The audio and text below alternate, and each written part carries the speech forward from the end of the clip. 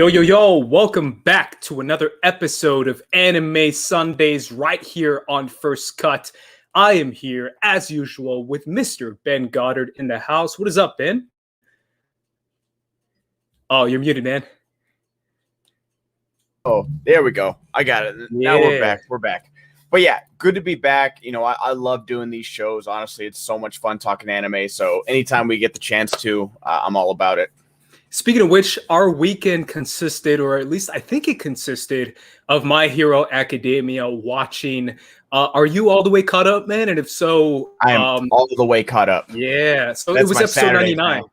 right? It's episode 99, and it was Gotcha. the part because we didn't go in last week, so we can go both episodes about Midoriya's class battle. Yeah. So it's Midoriya, Mineta, Uraka, and then damn it, Alien Queen, my girl, I forget her name. Yeah, Mirio? Queen, Is it Mirio? Might be Mirio. I do. There's just too many people in this class. There's so and then obviously we had Shinzo coming back with Class B. Yes, with Monoma, yeah, Monoma, who's actually kind of badass. Was that kind of a takeaway for you, or do you still hate that again guy? Like, you know, when we talked about it 2 weeks ago, it was like Class B has been working. They have been working, and I know, like, you know, Class A has got a lot of the real world experience, but Class B has been putting in the work and is almost caught up. And her name is Mina Ashido. Mina, that's my girl, Alien Queen. Shout out to the Alien movie franchise. Either way, she's clearly based off that, by the way. She said so. She's like, my quirk is based off Aliens. Have you seen that movie? Yeah. And everyone's like, what? But either way, it was a good episode, man. Shout out to Midoriya for holding it down. I can't lie, though, man. I was rooting for Shinzo the entire time. I am not going to lie. I don't know about you. Really? Okay. I was, because I felt bad, because here's this guy. And again, I get it. This is the Midoriya storyline. But in my perspective, like that little speech that Shinzo had about, like, all I have is, like, martial arts because my power isn't necessarily physical abilities. Kind of like what Aizawa was telling him in this flashback. So I kind of felt bad for him because I was like, dude, he's right. He doesn't have that physical ability that Midoriya has. So I don't know about you. What'd you think of this last episode? I mean, more so, who's the guy with the tail? What's his name? I think his name is Tail Man. Ojiro, Mashiro. Okay. Like his quirk is literally just a tail. Like, and he's, you know, he wears the what do they call it? The gi, the karate gi. Like, he's just got badass martial art. Yeah, he's just like that's the guy I kind of feel bad for. Shinzo's got a dope ass power, and also it's not that I was rooting against Shinzo, but he'd already gotten a win. Like, he was the reason the first group from Class A won. Like, he was like the big advantage, and he was the kind of the deciding factor. So I was like, oh, okay, so he got a win. And I think, like, he just wanted, after seeing Bakugo just completely dominate, he was like, oh, that's what I need to do. Because, you know, before that, it was like close match, draw. And then when Bakugo got in there, it was, you know, a quick sweep 4-0 in 5 minutes. And he was like, oh, that's the kind of hero that I need to be, because, you know, he felt like he was in the same weight class, you know, or level as everyone else. But then he's like, oh, this is the cream of the crop. This is the best student in the game right now. And this is who I'm aspiring to be. And he knew he was going up against Midoriya, who'd beaten him in the class tournament before. So I wasn't rooting against him, but I was really I was finally, you know, like, you know, we talked about it last time where it's like, oh my gosh, 2 episodes per class battle for some of the side characters. Like, okay. And then what did you think about the cliffhanger? Like, all of the one for alls, like all the stuff coming out of Midoriya's arm. Like, were you ready for that? Yeah, I mean, it was interesting for sure. I wasn't sure what was happening, but obviously by the next episode, we kind of find out that he was tapping into one of the previous successors of One for All, which means that what makes him the special One for All is that he can tap into everyone else's powers from the past and kind of capitalize off that, which makes him like the Sylar or the Peter Petrelli for all my hero fans out there. Dude. Of My Hero, right? It kind of makes him an all for one, kind of like a mini all for one. Yeah, because I guess since he doesn't have a quirk, like he can just take everybody else's, and like it makes him like, he's almost like a one for all of the all for ones. And I like that, they show one for all or all for one like in prison, and like he's like talking with the guards and he's like something's coming and he's like, oh no, like please don't get out yet. But I do like the fact that Midoriya can't use any of the powers yet. Like, he tried to in this last episode. He was like, oh my gosh, that hurts way too much. I think he has to go full 100% to even think about using those powers, which I like. Because, I mean, if he could start using other people's quirks, he's already pretty good. For a kid, he'd be unbeatable.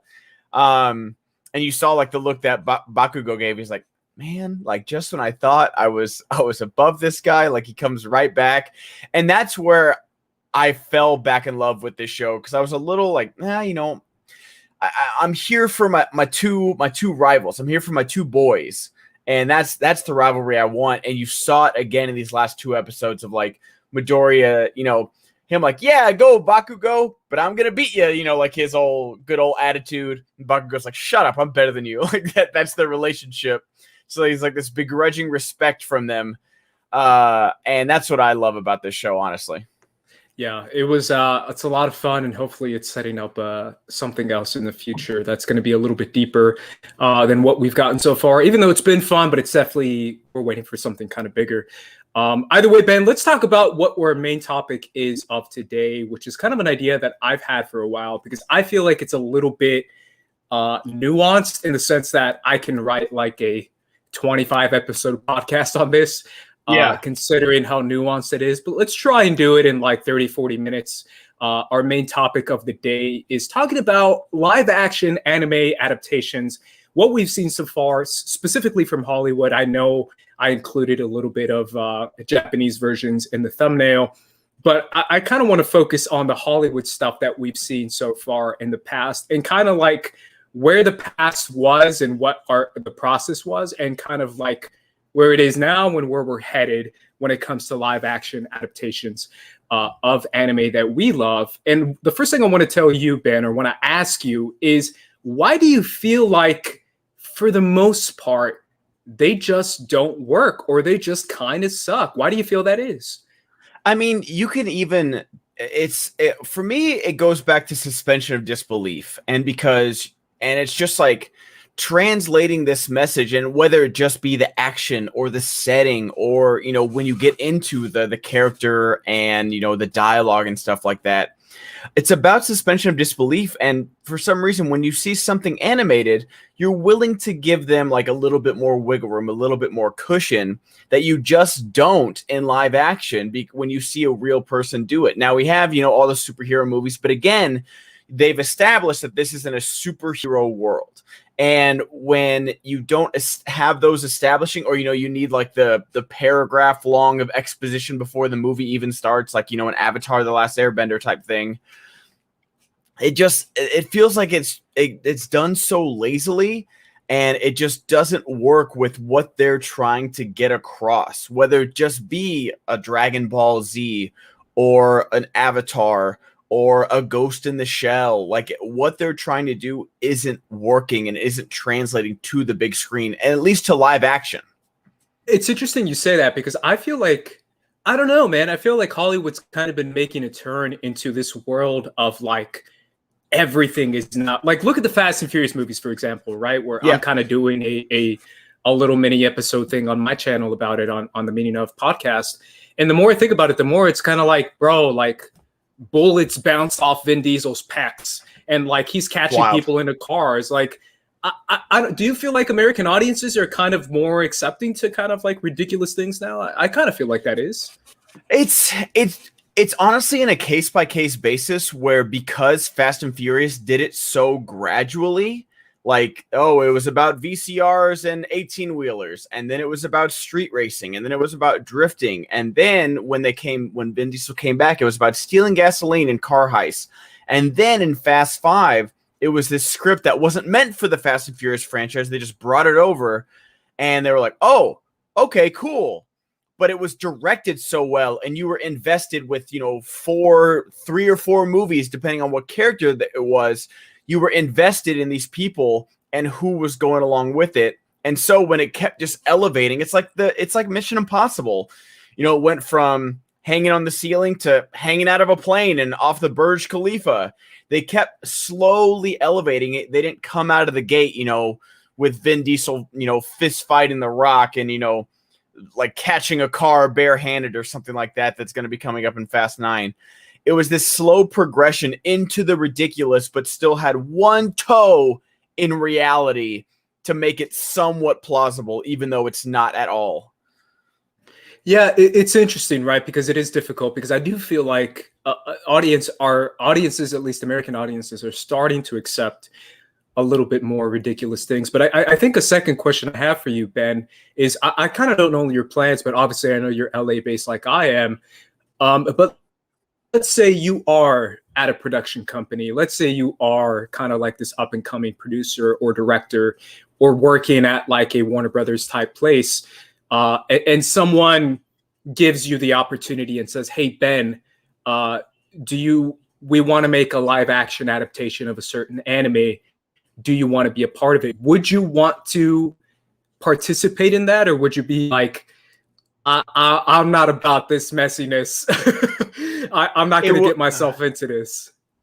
I mean, it just depends, because I think, I know you had Ghost in the Shell on the thumbnail, and I think they got the atmosphere of Ghost in the Shell right. Obviously, they didn't get the casting right and not much about the movie, but like and that's the thing, is that Ghost in the Shell was, came after Blade Runner, but helped form The Matrix and Dark City and all these things we saw before. But now, 20 years later, like, oh, is Ghost in the Shell just ripping off The Matrix? No, like the original Ghost in the Shell anime helped like bring The Matrix to life. Like that was the inspiration for The Matrix. But now this generation doesn't know that.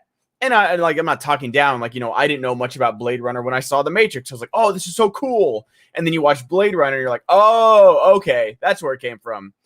But I hear about what's the Cowboy Bebop with John Cho. I'm like, oh, okay, that could work. And the fact that it's a television show. A movie, no. I don't think an anime-based movie can work. Animes take their time. They flesh out, like we just talked about My Hero. There's how many people in Class A? There's like 15. There 1, 2, 3, 4, 5, 6, 12, 18. There's 20 people in Class A, and they are taking their time fleshing out every single one. So no, I don't think like a My Hero Academia movie could do it. Not at all. Like you need a series. You hit the nail on the head, and it's kind of what I've been preaching for the last 5 years, as like a hybrid, like super anime fan and then super geeky, like Marvel DC fan and Star Wars fan, obviously. But I've always said that you can't do it, not necessarily because of the transfer of live action to from animation to live action, but you can't do it because anime is notoriously dense as hell. Like yes. You have hundreds and hundreds of chapters of this story. And then if not, you have dozens and dozens of episodes that are so hard to transfer, especially when it comes to the studio formula nowadays where, bro, think about it. This year, every single Warner Brothers movie we've seen this year, like all of them, Mortal Kombat, Godzilla, like all these movies have been under 2 hours. Can you imagine like a My Hero movie under 2 hours? Nope. It's not possible. Well, it would have to be like a 12 episode like mini arc or something like that. Maybe. Yeah, I mean, like the best I feel like one of the most succinct and well-known examples is the Avatar movie, is The Last Airbender, where it was 20 episodes of television on Nickelodeon. And granted, there are some kiddie filler episodes, but you still were getting to know Aang or Aang, whatever incorrect way you want to put it, and Sokka and Sokka and what's the girl? Katara. I forget. Katara. I just watched Korra, so I'm so far removed from The Last Airbender. But you got to know them in those filler episodes at the very least. Like, even if it's like this goof around thing about, my radishes, my cabbages, like you got to know them more. and you got to know Toph and the entire story behind the Earth Kingdom and everything like that. And they were in the big water city for weeks before the Fire Nation attacked. They weren't there for 5 minutes. And it like these things matter. These things like you can't put your pedal to the metal about like just brushing through characters, because when the big climactic battle scene happens, like, I guess I care because they're supposed to be the protagonist, but I don't really have a true reason to care about anybody in this thing. And I haven't seen Aang mature whatsoever in this movie, but you saw it in that first season. Yeah, it really is kind of an episode kind of thing, which is why you kind of brought up the oh, good, man. And it's kind of how you brought up the Cowboy Bebop thing with Netflix and how they're doing, I think, like 8 or 10 episodes, which kind of makes it a different story, right? Which means you're going to have time, because that's 1 hour episodes each. You'll probably make something at least a lot more decent than what we've seen in the past. But I think my next point and my next question to you, Ben, is what do you think the thought process is behind the Hollywood studios when it comes to adapting this stuff? Because it's obviously not the cheapest thing ever. I'm not going to say they're necessarily giving it $200 million, but it's not cheap, right? So when they do invest into this kind of storytelling, what do you think they're thinking? Let's start like maybe all the way back with like the biggest anime ever, probably with Dragon Ball Z, right? With Dragon Ball Z Evolution. I don't know if you've seen that movie. But what do you think they were thinking? I've seen parts of it. Like I've seen like, like the CinemaSins video of it. I'm just like, what? I don't even watch Dragon Ball, and I was like, what is going on? What do you think they're thinking though when they're making those movies? Do they think that anime is just dumb and silly, and is that why they make it like that? I think they just see the popularity about it, and dollar signs flash in front of their face, but and it's not even about, like, oh, they're missing like the heart of it. It's like, I don't know what they're thinking when they cast these roles, when they write the script. I'm just like, did y'all, watching Death Note? I just watched Death Note on Netflix. I'm like, did y'all watch Death Note? Like, I'm really curious if you watched the anime of Death Note. Because I didn't really like the second part of Death Note, like the second half with the guy that eats the Hershey bars, and I don't want to give any spoilers. Near and them, and I'm just like, this isn't for me. This feels forced. But the first part of Death Note with Light and L is some of the best anime I've ever seen in my life. And I was like, okay, this is living up to the hype. This is living up to the hype right now of everyone telling me to watch this for years and years and years. No one at Netflix watched this movie. They didn't even look at the cliff notes. They were just like, oh, there's a guy named Light and a guy named L, and one of them has a book. And I think it kills people. It was like someone watched it while getting drunk and talking with their friend, and then that person went to Netflix the next day and pitched them that movie that they saw the night before. Like, I think someone was Netflix and chilling while they were watching Death Note and didn't really watch it, and it was like, what? Oh my god. And that is such a perfect example of not an easy thing to adapt, but a more grounded thing to adapt. Like there is obviously some supernatural things, but you don't have 15-year-olds flying through concrete walls and shaking it off, and people going Super Saiyan and flying through the air. Like, no, you have a very grounded, like this David Fincher-esque noir mystery. It's like The Departed with anime. It's like two guys trying to figure each other out. Like it's like so cut and dry. And you have a character in Light and in L where it's just like they're so smart. They're so they're these tacticians, like making each move like on a chessboard and quietly trying to figure each other out. Like they know who each other are. They know that, but they need to prove it. They need to win and figure out. Like Light needs to figure out what L's real name is. L needs to prove that Light is the Death Note. And it's just like, you fucked it up. I don't know what they saw at Netflix. Do they think they kind of see the concept and feel like maybe the concept can kind of carry them and kind of overlook the casting or overlook the writing and kind of be like, this concept is so cool, a book that can kill people, that anyone can just watch 15 minutes of this on Netflix just accidentally and just love it? Is that what they're thinking, or what? I mean, I see the changes, like, where you don't want to make a carbon copy of the thing you're adapting because, I love the Jurassic Park book by Michael Crichton, but it's so different. It's so different than the Stephen King novel. The Steven Spielberg movie, sorry. And like the movie is so different from the Michael Crichton book, but there's some very Hollywood-esque changes. Like John Hammond in the book is an asshole. Like he's terrible person. But I still think he should have been. I mean, in that, like, they made up for it in like the Lost World and stuff like that. And there's a really cool book reference in the last season of Camp Cretaceous. Like, man, I couldn't believe they did it. Like this kid show did a book reference from like 30 years. Like, who was that for? Maybe just me, but I'm okay with it. But there were good changes. You love Richard Attenborough. You love the relationship. Like he's still the villain. When you grow up, you're like, oh yeah. That scene where he's already talking about reopening the park, he's definitely the villain of this movie, but he's got that gentler side to him. He's just like, it's like ignorance is bliss with John Hammond. He's just this rich guy that wanted to play with some dino toys. He wasn't like, the megalomaniac that was like literally handing people their death certificates in the book. But it's like you need to stay true to your source material while making some changes. And, like there were plenty of changes in all these MCU movies from like the comics, like, oh, like from the Infinity Gauntlet, like, oh, we'll take this and then we'll take this, but we're going to fit it into our narrative.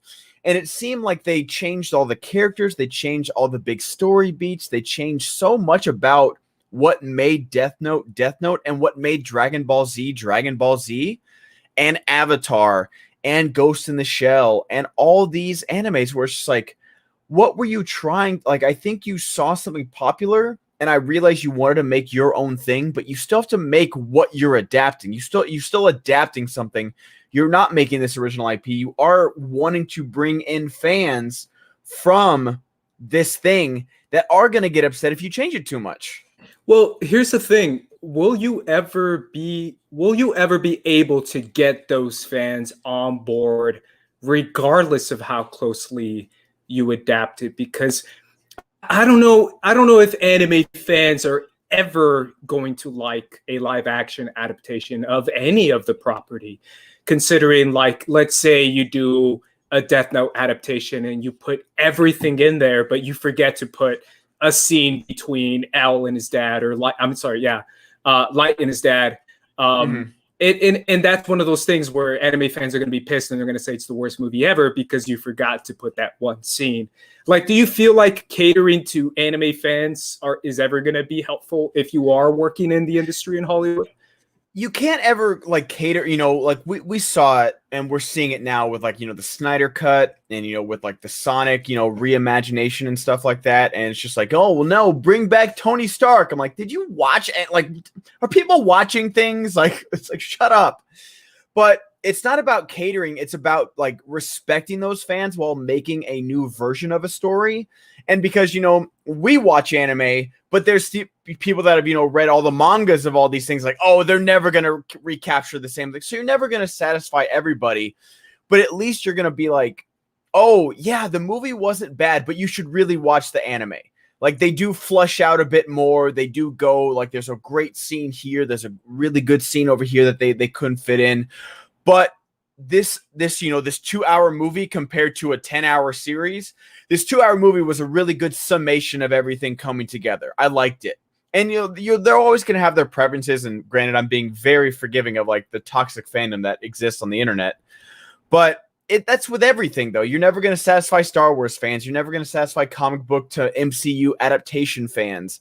You still have to make what you want to make, but it's about giving people what they not expect, but like, oh yeah, I like Death Note. Let me go watch Death Note, not a completely different fucking thing that I'd have no idea what's on screen right now, which is what they did. That's the thing. Is that the same with Dragon Ball and Avatar? It's like, what did you guys watch that you made this? Yeah, I'm going to push back a little bit just because me being an anime fan since I was 7 years old, I think anime fans are a special breed, man.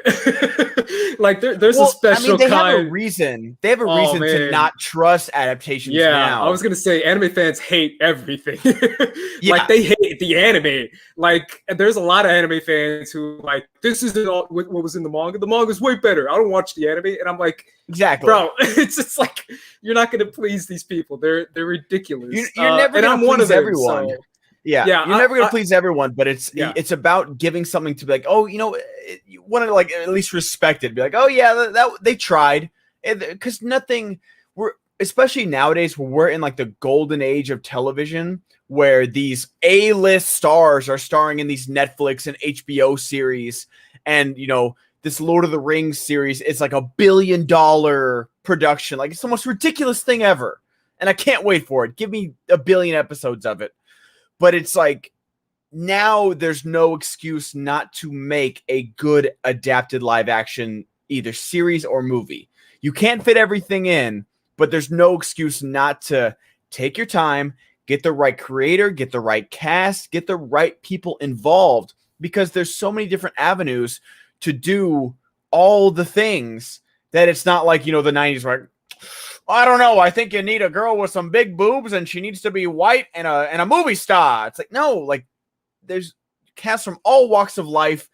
These are star making roles, and people will show up for the IP, because very rarely do people show up for movie stars. Outside of Mission Impossible, no one's going to see Tom Cruise movies. No one's going to see movies for people in them. They're going to see it for the movie nowadays. Like the days of like the movie stars, they're kind of gone. Yeah, and I also kind of feel like this also comes to the concept of what an adaptation is, right? And obviously this can go to a whole like screenwriting class, like what do you do when you're adapting? And the difference is like when you're adapting, like let's say like a novel, let's say Hunger Games, for example, you're taking the source materials from a book, or like you mentioned, Jurassic Park, which is different from the book. But in the book, it still takes a level of changing things up, imagination, adding your own voice, and then turning that into a cinematic adaptation of what the book is. Same with Hunger Games, which turned out to be great. Same with Jurassic Park, which turned out to be great. The problem with adapting anime is that anime is already so cinematic. Remember what I told you about Attack on Titan this season, like, and season 3 too. It's basically it's basically better than any Hollywood movie I've seen in years. It's good, and it's already cinematic, so there isn't a level of like, I'm going to take Katniss and Rue and Peeta and Gale and all these characters and turn them into a giant cool franchise.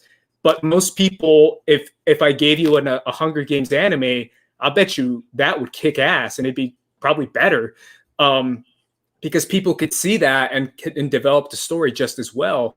But the problem is anime is so cinematic already. And it kind of goes to what Albert Stillwell is asking in the chat, the difference between, or what's better, a video game adaptation or anime adaptation. Video games are so cinematic now too. Look at The Last of Us. That's a movie, right? I don't know how they're going to do with The Last of Us, honestly. Like, I trust HBO. They make really quality programming. At least it's a series too, not a movie. It is a series, and I like that, because you could not make a movie. You could not make that a movie at all. Like, you would skip over so much. But literally, The Last of Us is like an 8-hour series, like that you are a part of, that you are even more invested in, because you are Ellie. You are, what's his name? Joel, thank you. God, I'm brain farting today. Joel, like you literally are them in this game and living in this post-apocalyptic world. So I'm curious. Now, I do love a good video game adaptation. For some reason, they can't do those either. I don't know why. Assassin's Creed should have been the easiest thing ever, where you hook Michael Fassbender up to a machine and then you see him go kill people in the cathedrals in Italy. Like, cool, game over. That's all you got to do. And they somehow messed that up. But at least with books, it's about bringing something to life. It's different than adapting like this beautifully gorgeous like animation with people like flying through the air and like the beautiful colors and amazing voice acting. With books, it's like, oh, yeah. And especially now, like where anime studios are like just going above and beyond, where it's just like, holy crap. Like the episodes of Attack on Titan and Jujutsu Kaisen of this last year are just like, whoa.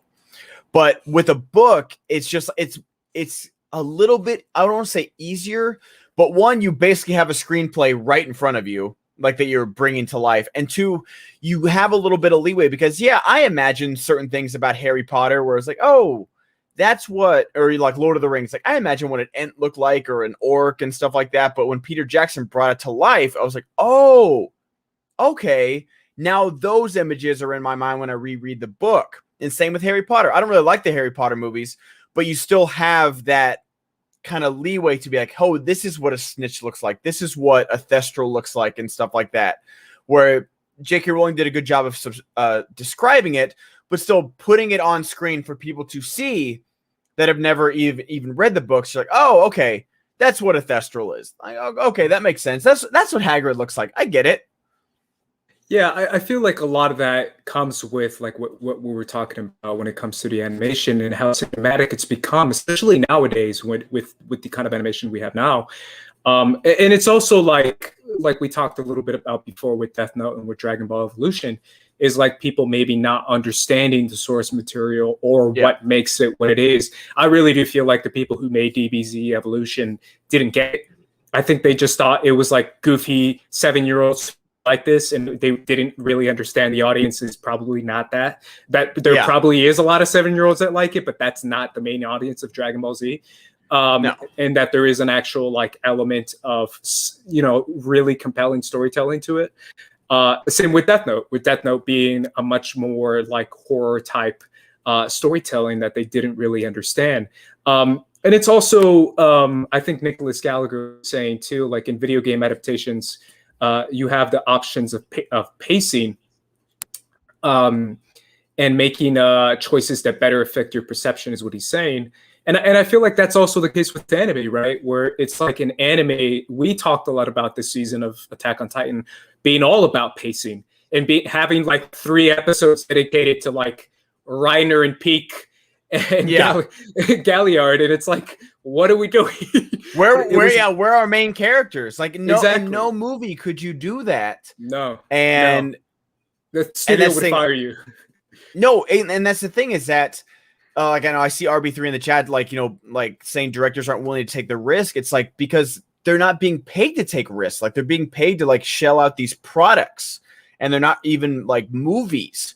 And you know, at like the typical formula is small director makes a good small movie. Then he gets hired by Disney to make a big movie because that's his only opportunity, and they will be able to control him.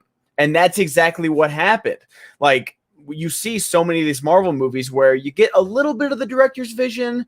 Like, you know, everyone always complains about the third act of Black Panther. And it's like, yeah, because the first 2 acts were Ryan Coogler being Ryan Coogler and making the movie he wanted to make probably. And the third act is probably like Marvel being like, we need a big battle.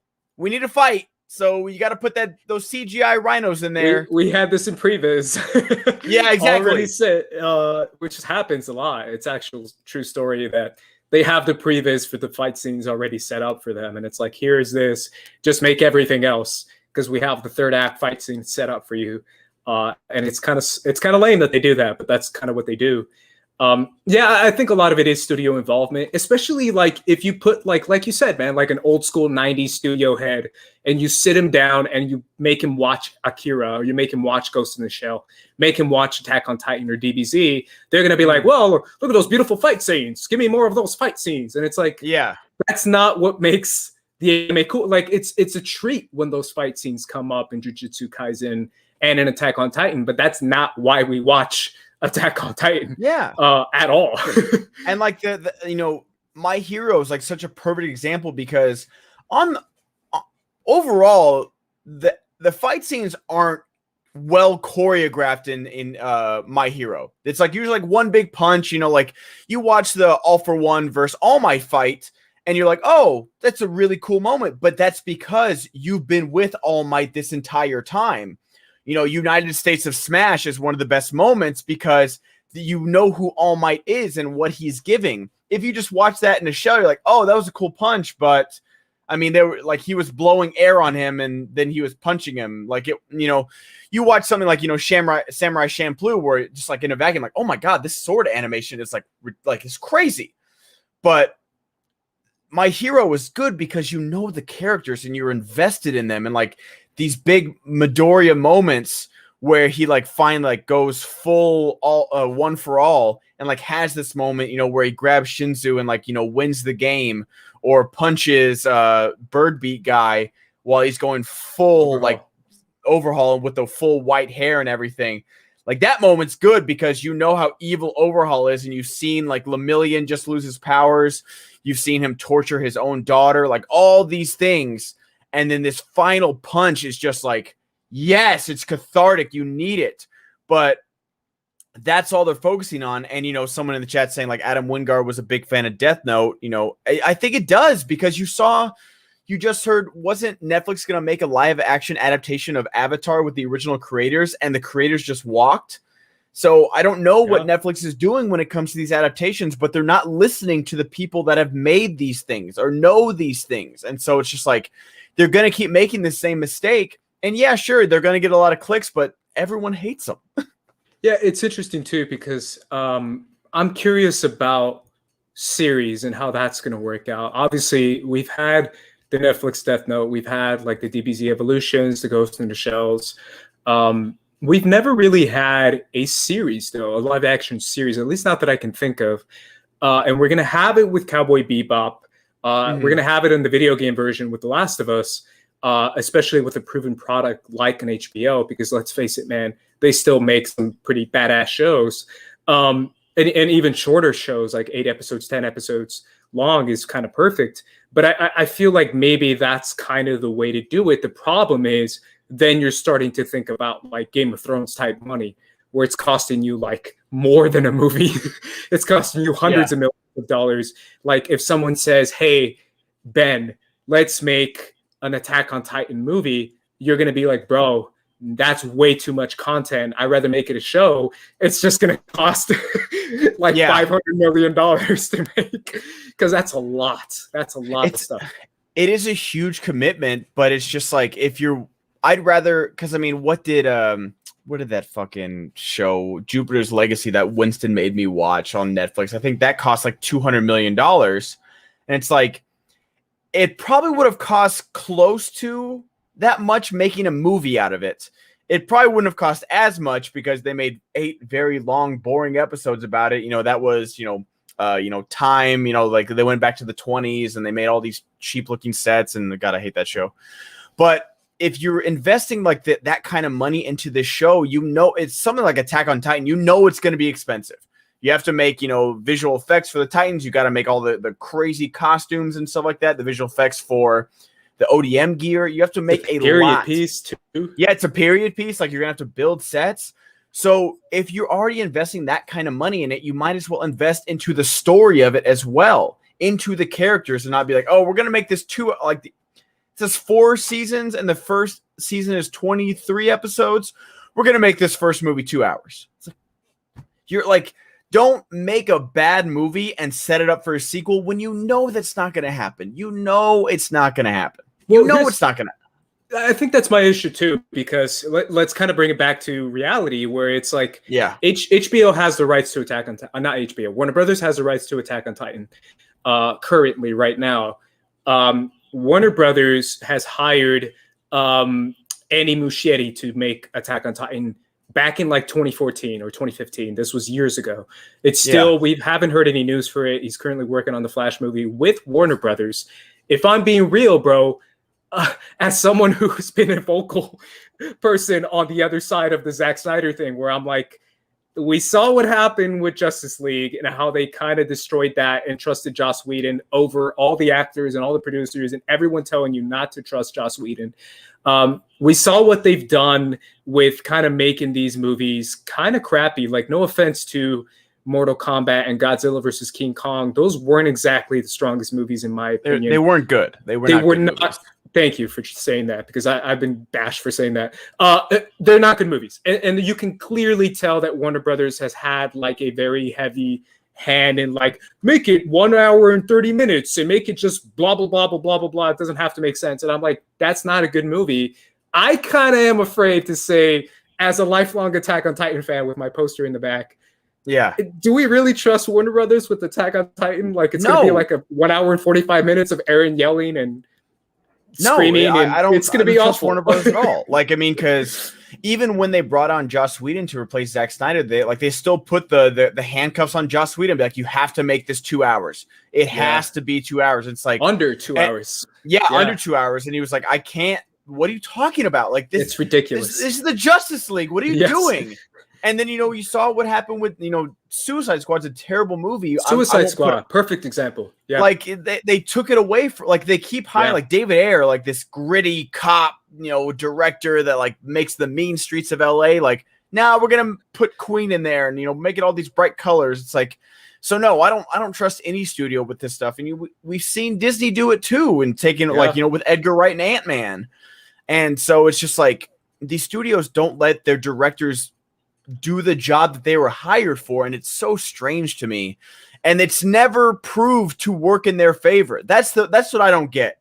It's one thing for money men to protect their investment. I can understand that in a vacuum, but if you saw that when you took this over, it got increasingly worse and didn't even net you box office money and got terrible reviews, what are we doing? Like, why are you guys not learning from your mistakes? It's so strange. Yeah. And I guess it's going to be one of those things where I also feel like there's a whole other conversation we can have for like another hour about American audiences in anime. And I tweeted this out a couple weeks ago, if not like 4 or 5 weeks ago. I don't know. It's a while ago. But I said, like, I still get kind of frustrated where American audiences will happily watch American anime, and by American anime I mean like Castlevania, Invincible. Like, no offense to those two shows, great shows, I love them, but they watch those shows like all gung-ho and all happy, but you guys can't watch Jujutsu Kaisen. You think that's too weird, or you can't watch Attack on Titan or My Hero or other great anime because it has subtitles, or because you don't like it, the Japanese anime. Like, it's just weird to me how the anime genre to me, or the anime world to me, has some of, if not the best stories I've seen anywhere. Ghost in the Shell, for example, is one of my all-time favorite stories, period. And it frustrates me to see American audiences still hesitate to get into it.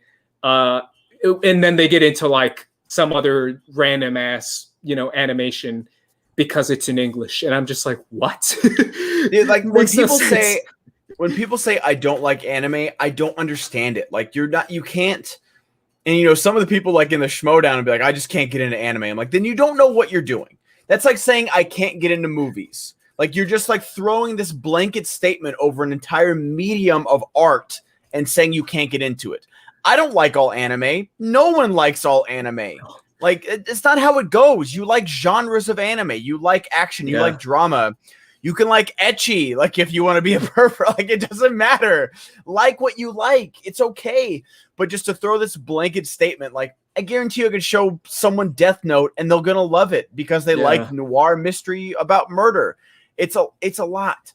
And so it's just like, it's so infuriating to see people just be like, I don't like anime. It's like, okay, cool. Congrats. Does that make you interesting?